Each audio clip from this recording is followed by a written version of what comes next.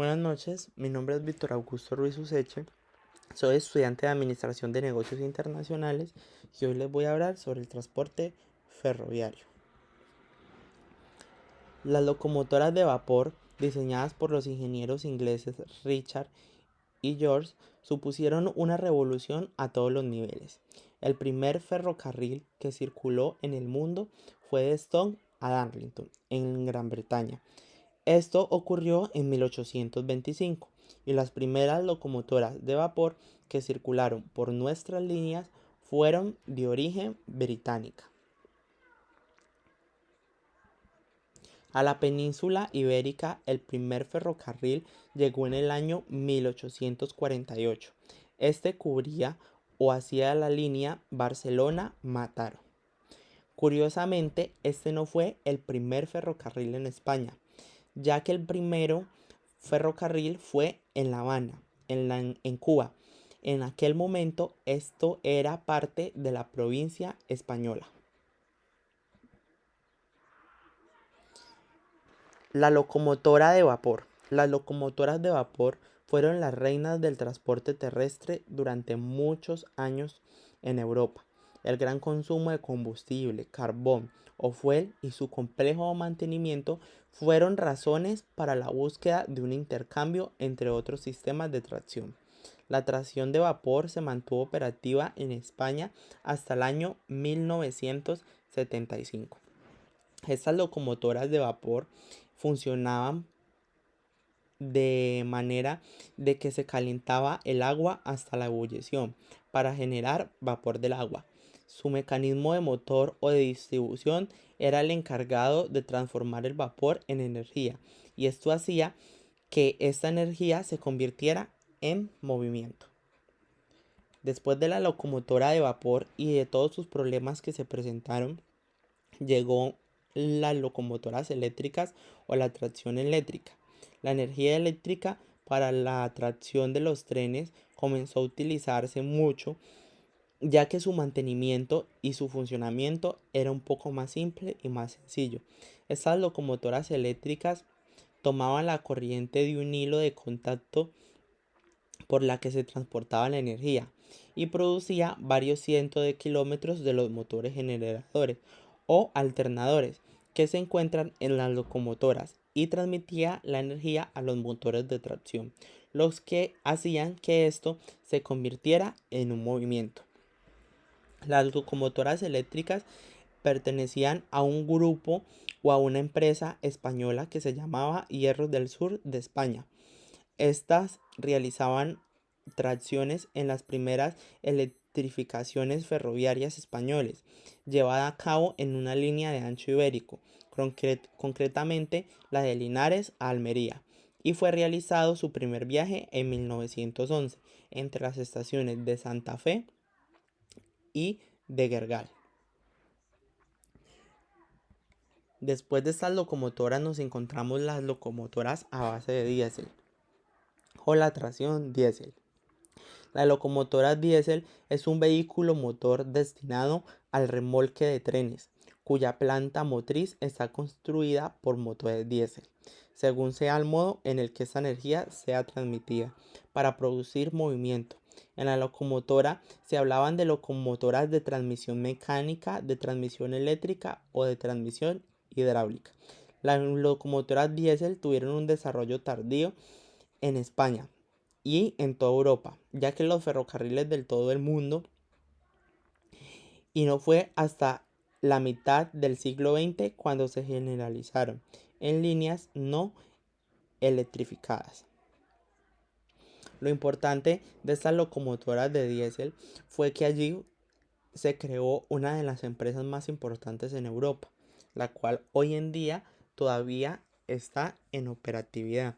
Esa empresa se llama Renfe y se creó ya que empezaron a hacer viajes desde Madrid a Barcelona, y también hicieron viajes de Puerta del Sol a la ciudad de Lusitania, y se dieron cuenta que estas nuevas locomotoras alcanzaban una velocidad de 130 kilómetros por hora. El transporte ferroviario en Europa se caracterizó o se caracteriza por una diversidad tanto técnica como de infraestructura, ya que nos encontramos de que en Europa, más que todo en occidental y en central, sus vías y su funcionamiento mantiene de una manera en que todos los días es un transporte masivo. Y en otras partes de Europa, pues encontramos que este sistema de transporte se ha ido olvidando un poco más, ya que sostener este tipo de transporte no es para nada económico. Es un transporte que necesita un mantenimiento y es un mantenimiento muy costoso. Aquí nos encontramos los principales trenes internacionales que por el momento aún operan en Europa. Nos encontramos, por ejemplo, una línea que opera de República de Irlanda a Irlanda del Norte, del Reino Unido a Francia, de Francia a Bélgica y de Bélgica a los Países Bajos. Encontramos también empresas que operan de Francia a España y de España a Portugal, de Dinamarca a Suecia, de Suecia a Noruega, de Noruega a Dinamarca, de Dinamarca a Finlandia, de Finlandia a Rusia y de Serbia a la ciudad de Montenegro. El ferrocarril en Colombia. La red ferroviaria en Colombia tiene una longitud total de 3.473 kilómetros. De ellos, tan solo un total de 150 kilómetros tiene el ancho estándar para poder funcionar normalmente, que sería de 1.435, y que conecta las minas de carbón del Cerrejón al puerto marítimo de Puerto Bolívar, en la bahía Portete. En tanto, los otros 3.154 kilómetros son de vía estrecha de 914 milímetros, de los cuales 2.141 kilómetros aún están en uso. Nos encontramos que el ferrocarril en Colombia ha pertenecido a una compañía ferrocarril de propiedad estatal que se llamaba Ferrocarriles Nacionales de Colombia. Esta compañía fue liquidada en la época de 1990. Desde entonces los únicos trenes son turísticos, tales como el tren turístico de la Sabana, que cubre la línea Bogotá y Zipaquirá. Además, un funicular que funciona hasta el centro de Monserrate en la ciudad de Bogotá. Actualmente nos encontramos que en Colombia se está trabajando un poco de manera lenta para reactivar los corredores férreos. La red ferroviaria existe, tiene una longitud de 3.473 kilómetros, una longitud que incluye 184 kilómetros de carácter privado, el Cerrejón y La Paz del Río. Nos encontramos que a pesar de las intenciones de construir y expandir la red férrea en Colombia, estos corredores no se van a ejecutar en su totalidad por diversos problemas en su estructuración. En especial, se han realizado muchos contratos fallidos, los cuales se han encontrado pleitos sobre costos, problemas ambientales, errores técnicos, tardanzas inexplicables, corrupción, ingenuidad de los negociadores y problemas con las comunidades aledañas de la red.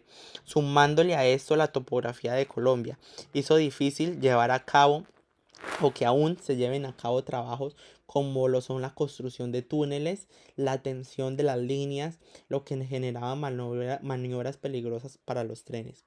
La exportación del café fue determinante en la construcción de los ferrocarriles en Colombia, pues se desarrollaron vías para sacar este importante producto al exterior. Esta es la razón por la cual se observa una importante aglomeración en las vías férreas de las regiones productoras de grano, y que son orientadas a llevar el café a las costas o a los principales ríos del país.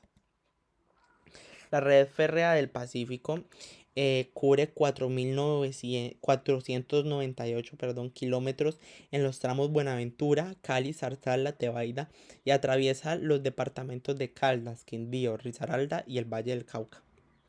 El sistema está concesionado a dos empresas: Ferrocarril del Pacífico y la empresa Tren de Occidente, estando encargada del tramo que va de Buenaventura hasta Zaragoza, desviándose a la Tebaida, y de la vía que va desde Zaragoza hasta La Felicia.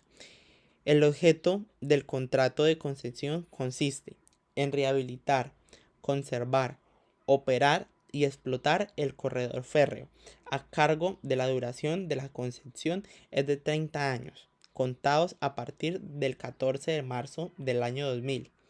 Se encuentra rehabilitado en un 80%, faltando algunos tramos entre Cartago y La Feliza, con una longitud de 110 kilómetros.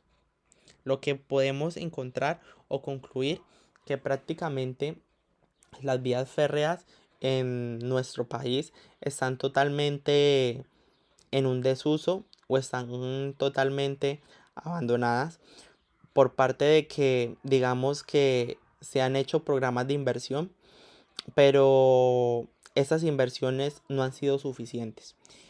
Hay un dato que encontré que se invirtieron 600 millones de dólares en el año 2008. Se invirtieron solamente para hacer unos estudios para una nueva línea que iba a cubrir Puerto Berrío y Saboyá. También iba a llevar o iba a hacer la línea Neiva y Villavieja, Ibagué y La Dorada. Y también otros tramos como iba a ser el de Sogamoso y Tunja. Se invirtió este dinero, pero a la final estas vías estuvieron operando por un tiempo y después del tiempo empezaron a ver que las vías empezaron a deteriorar y no hubo más dinero para volver a hacer el mantenimiento.